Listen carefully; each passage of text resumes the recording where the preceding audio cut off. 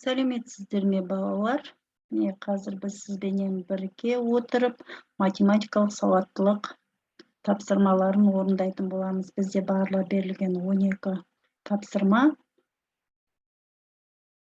Вақытымыз да шектеулі. Енді бастаймыз. Бірінші, өрнектің мәнін табыңыз. 700.700 азайту. 6054 көбейту. 447.923 азайту, 47884 азайту, 85548-дің мәні нешеге тең дейді балалар. Бұл жерде оның мәні бірінші біз не істейміз? Жақшаны орындаймыз, көбейтеміз, одан кейін барып азайтып, сонда бізде шығады 399.046 шығады екен балалар. Келесі екінші тапсырма 285 және 406 сандарының көбейтіндісінің мәнін тап дейді. Бұның көбейтіндісінің мәні міне бұл, ол 115.710. Яғни бұл жерде бізде өткен тесттерде кездесті, балалар арасында кездесіп қалып жатыр, сондықтан тез оңай тапсақ та болады екен. Келесі үшінші сұрақтың мәні, өрнектің мәнін көрсетіңіз дейді.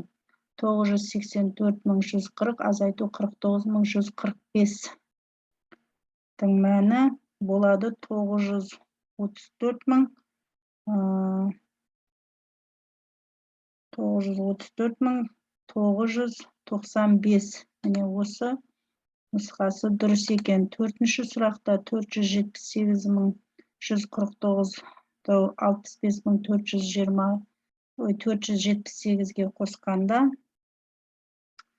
543.000, мынау 627 нұсқасы дұрыс болады екен. Келесі бесінші тапсырмада тік бұрышты параллелепипедтің көлемін табыңыз дейді. Ол әрине қанша болады? 60 куб сантиметрге тең болады. Келесі алтыншы тапсырма, сызбаны қолданып бірінші машинаның жылдамдығын табыңыз дейді. Бірінші машинаның жылдамдығы ол 120 км сағатқа тең болады екен. Жетінші, бөлінгіш 729.885, бөліндінің мәні 741, бөлгіш қаншаға тең дейді. Балалар, сонда бөлінгіш 985-ке тең болады балалар. Енді 8-ші, бояушылар бригадасы ақпан айында 504 кг эмульсия, наурызда 576 кг эмульсияны пайдаланды. Егер ақпан айында 18 құты эмульсия жұмсалса, бригада ай сайын неше құты эмульсия жұмсады дейді. Яғни ол бірінші нұсқасы 126 және 142 эмульсия жұмсаған екен. Келесі 9-шы тапсырмаға өтеміз. Санның дұрыс жазылуын көрсетіңіз. 2.530.000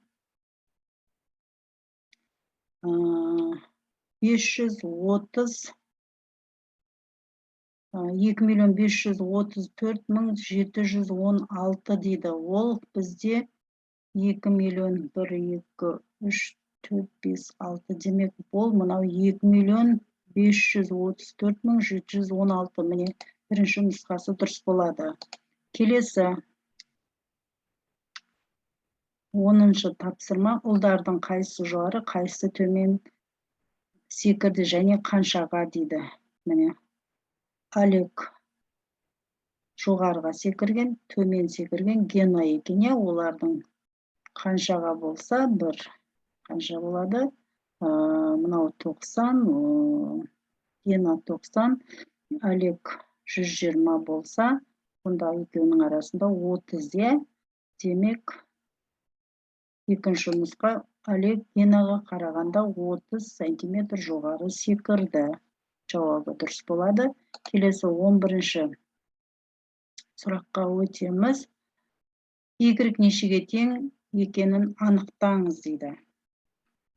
Y нешеге тең? Y ол 71-ге тең болады балалар. Яғни біз не істейміз? Бұл жерде бірінші мына 497-ні бөлу Y тең деп аламыз да 405-тен 398-ді азайтамыз. Одан шыққан санды 497-ге бөлгенде 71 деген сан шығады екен. Ең соңғы 12-ші сұрақ тапсырма. Бізде өрнектің мәні С көбейту 35 қосу С бөлу 24 дейді. Мұндағысы 12120-ға тең екен. Демек сонда 12120-ны 35-ке көбейтеміз. 12120-ны 24-ке бөліп, екеуінен шыққан мәнін қосамыз. Сол кезде бізде 424.705 деген нұсқасы дұрыс келеді екен балалар. Не осымен біз сіздерменен математикалық сауаттылыққа арналған тест жауаптарын орындап болдық. Сіздерге мен сәттілік тілеймін. Келесі кездескенше сау саламатта болыңыз.